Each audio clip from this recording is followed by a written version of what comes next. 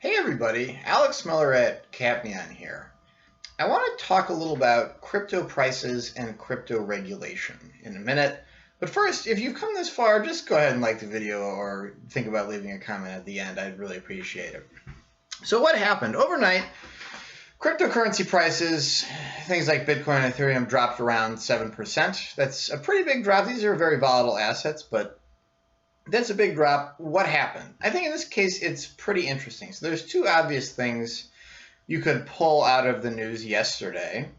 There was another bit of regulatory grumbling in China where the government emphasized that companies are not supposed to be mining Bitcoin.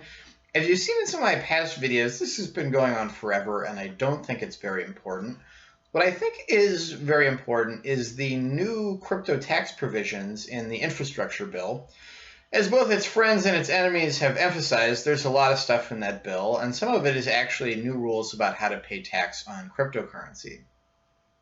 So a personal note here, just a little bit about the perspective I have on these things. When I started paying close attention to this space, let's say in 2015, it was really dominated by techno nerds like me, and then libertarians who were really into the idea that this was unregulated, unregulatable. Since then, that libertarian fantasy has withered badly, and a lot of the attention now comes from people who are doing speculative investing and people who are maybe often excited that it's become more mainstream and more acceptable, and regulation is part of that. But I would say that this price drop, it shows an interesting tension that I think is important to watch going forward about the partial mainstreaming of crypto and what does it mean. And I'm going to talk a little bit about the impact on prices looking backward and looking forward. So it's not just my opinion. Recently, what's really been driving prices higher is any kind of announcement that an old, stuffy entity your grandfather would recognize has embraced crypto in some way. So examples are Tesla briefly saying they would accept payment in Bitcoin. The company MicroStrategy, many of you might be familiar with for their dashboards, has been buying lots of crypto, and it's all their CEO talks about these days unto a fault. All these things get people excited that this is really a mainstream asset that they can feel safe owning. And these tend to be really what push the prices higher. So yesterday in this infrastructure bill is an interesting example of the other end of the sword, where they made some new rules about paying taxes on cryptocurrency that I don't think the crypto industry and a lot of the users like. And it's fair to say here, crypto's gotten big by providing some familiar kind of financial services, but with less regulation.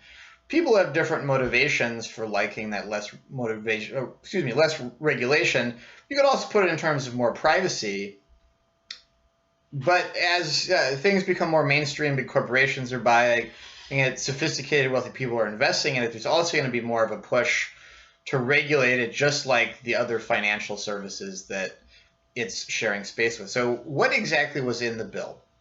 So first, and this is practical if any of you are out there are investing, brokers will now have to provide 1099s to their customers and the IRS, just like if you invested in a mutual fund and then you sold it and you had some gains. They would send you a sheet of paper or send a sheet of paper to the IRS saying, this person had this much capital gains, and this is how much taxes they're going to owe.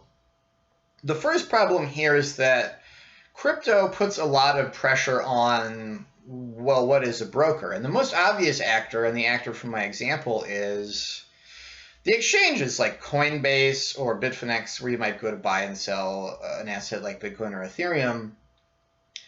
That's fine. The more ambiguous one is if you're a miner or some kind of other similar player in the ecosystem, it's ambiguous in how the law is written. People don't feel as safe as they want that they are not also brokers that have to satisfy these regulations.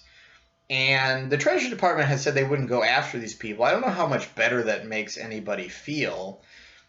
it's a new law as of yesterday, I believe, so there's much more to be written on this.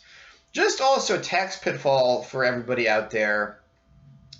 If you now take your cryptocurrency you got somewhere else, or maybe even got from Coinbase, let's say, in the past and put into a personal wallet, for example, MetaMask is a popular wallet you can use in the browser for Ethereum. When you put your cryptocurrency back into Coinbase, they don't know where you got it and at what price. They don't know the cost basis. So all they can do is give you a 1099 for the total amount you sold, assuming you got it for $0. And that's going to overstate your tax liability, and it's going to be a headache to pay your taxes correctly. And going back to the days of 2015, people struggling to figure out how to correctly pay taxes on cryptocurrency isn't new, and some of us have survived it. So it's not the end of the world, but I think it spooked people enough that some people sold and prices went down a little bit.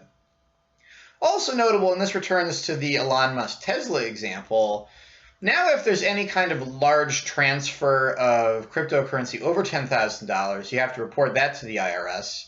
So for example, if you spent Bitcoin to buy a Tesla, you'll have to fill out a form, potentially pay capital gains tax on that. And that's another thing people don't like, and another thing about crypto previously that people thought was cool is that it sort of functioned like money and it was outside of all of these rules. So don't freak out. Actually, none of this goes into effect until January 2024. I think the two big takeaways here are it really hasn't changed that you have to be really careful about how you pay taxes on crypto stuff. And then also the real tension in the price right now, in my opinion, is around the joy and the pain of something that used to be mostly the province of sketchy libertarians and criminals becoming an increasingly popular and mainstream investment vehicle.